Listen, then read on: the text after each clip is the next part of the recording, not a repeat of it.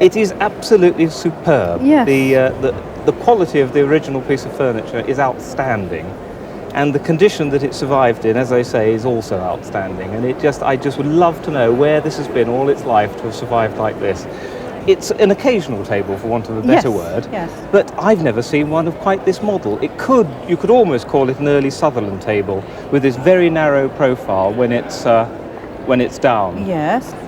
I mentioned the quality, and immediately you can see that the top is veneered in segments Yes. of this wonderful flame-figured mahogany. You can see precisely why it's called a flame figure as soon as you look at it. But the stunning thing to me, if we could just turn it over, just lay it on its back, I've got the back leaf, is that the back of the leaves is Still also has veneered it, in yes. exactly the same way.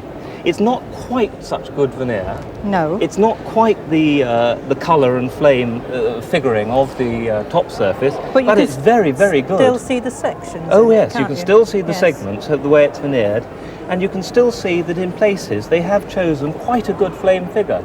And on a lesser quality table, that would have been quite good enough for the top. If we could have it back on its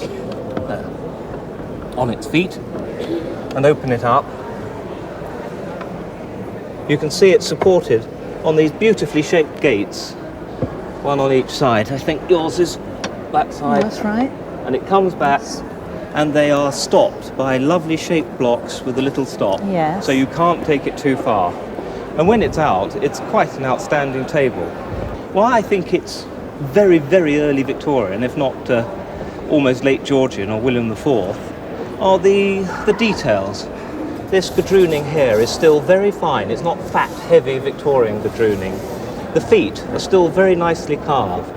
You've got the remains of a Regency classical decoration on top of the feet here. And all in all, I'm sure that it must be between 1830 and 1840. An outstanding piece of furniture. It's looking well for its age. It's looking very, very well for its age. This, by the way, is called a rule joint. If you Rule joint? Rule, R-U-L-E. Yes. If you imagine an old carpenter's rule, Yes. it's exactly the same.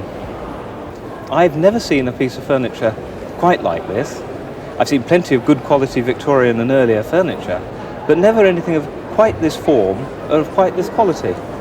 And my guess is that in a sale, it's going to make, oh crumbs, £2,000, possibly more. I think I'd better insure it. I think you better if you haven't. I have always suspected that she was Queen Anne, and so my father told me she always was suspended from the same place on the wall, and latterly she's hung from a picture hook in our house. Well, she is indeed Queen Anne, and this is a very important, in ceramic terms, portrait of her. There exists another one which appeared at auction in London last year, which has a plain border and is in fact dated 1704.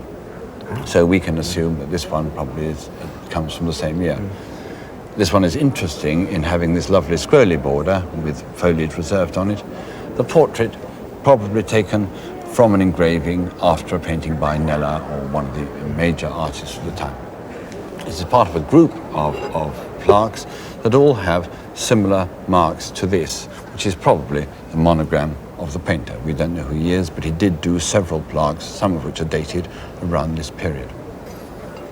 Interestingly here, the thing was designed to be hung up, and there are holes that have been filled in. There's a minor amount of damage there. I hadn't noticed that. But there were little holes in it, fired in it originally.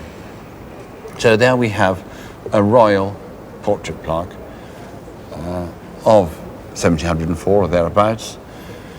I know of one, or perhaps two others. Oh. So it's quite a rare thing. If I tell you that the one that was sold at auction last year, which is slightly different from this, dated but with a less attractive border, fetched £14,000, to give you some idea of what this should be worth today.